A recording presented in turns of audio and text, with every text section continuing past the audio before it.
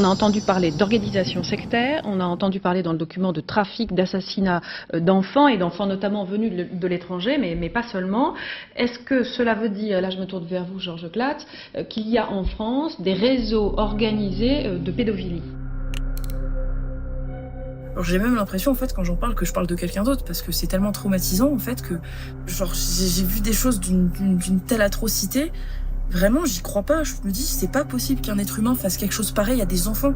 Je pense que tout le monde le savait, mais en fait, dans ce milieu-là, ils aiment bien cacher. Ils se couvrent tous les uns les autres. Donc on voit bien que les médias ont un rôle très très important.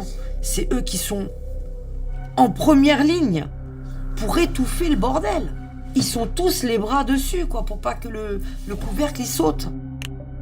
À l'âge de 6 ans, ma mère m'a vendue dans ce réseau. Ils étaient tous calibrés, c'était des petites filles entre 6 et 8 ans.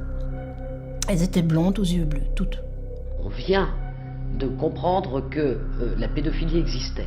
On ne peut pas encore comprendre qu'il existe encore pire. Mais je me souviens que c'était un petit garçon tout blond. Et je me souviens qu'on s'est regardé. Lui, il savait ce qu'il allait arriver et moi, je le savais aussi. Moi, j'ai vu, lors de cette séance-là, un enfant qui est devenu fou. Ouais, quand je vois ça, je me sens mal. C'était là, oui, c'était là. Mon grand-père est sorti major de l'internat, il était pédiatre. Il a accès à toutes les drogues, tous les molécules qui permettent d'endormir, d'anesthésier. C'est quelqu'un qui a violé toute sa vie, des enfants, des femmes. C'est du nazisme en quelque sorte. Ah oui, c'était un nazi, ce docteur.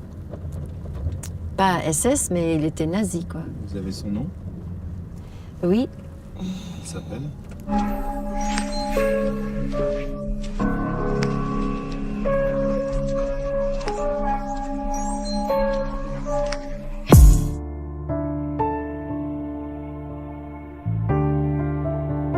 Pourquoi avoir accepté aujourd'hui de briser un petit peu le silence depuis plus de 23 ans maintenant? Je suis tout à fait bouleversé par ce reportage. Il y a un moment où le silence, c'est de la complicité. Je refuse d'être complice de ça.